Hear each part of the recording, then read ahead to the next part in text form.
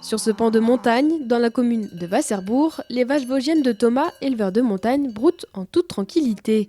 Un décor de carte postale qui cache un quotidien pas toujours simple.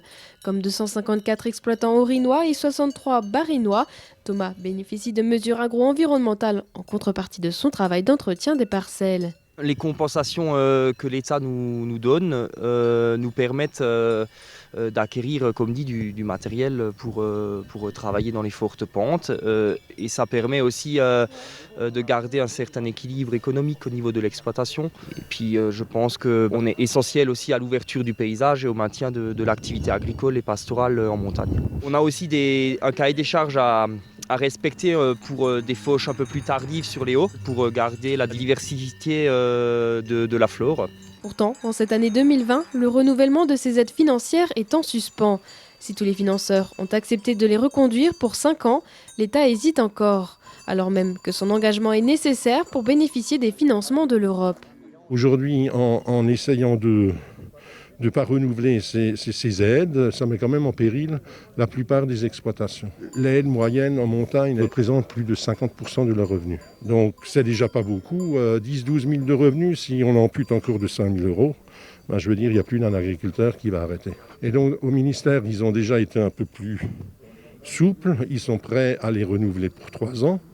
On a dit, si on peut les renouveler pour 3 ans, on a le financement de l'Europe, on a le financement de la région, pourquoi pas les renouveler pour ces 5 ans à venir ? L'enjeu, apporter de la visibilité sur l'avenir pour les exploitants. Une visibilité essentielle pour Thomas qui a investi 190 000 euros pour créer sa propre fromagerie. Hier après-midi, les syndicats agricoles ont rencontré la préfète de la région Grand Est, Josiane Chevalier, à la ferme Barbe. L'occasion pour eux de présenter leurs inquiétudes. On a une belle feuille de route pour l'agriculture avec beaucoup de sujets à traiter. Le sujet des dégâts de gibier, le sujet de la ressource en eau, le sujet des mesures agri-environnementales, le plan de relance. Voilà, donc des sujets à la fois de court et moyen terme.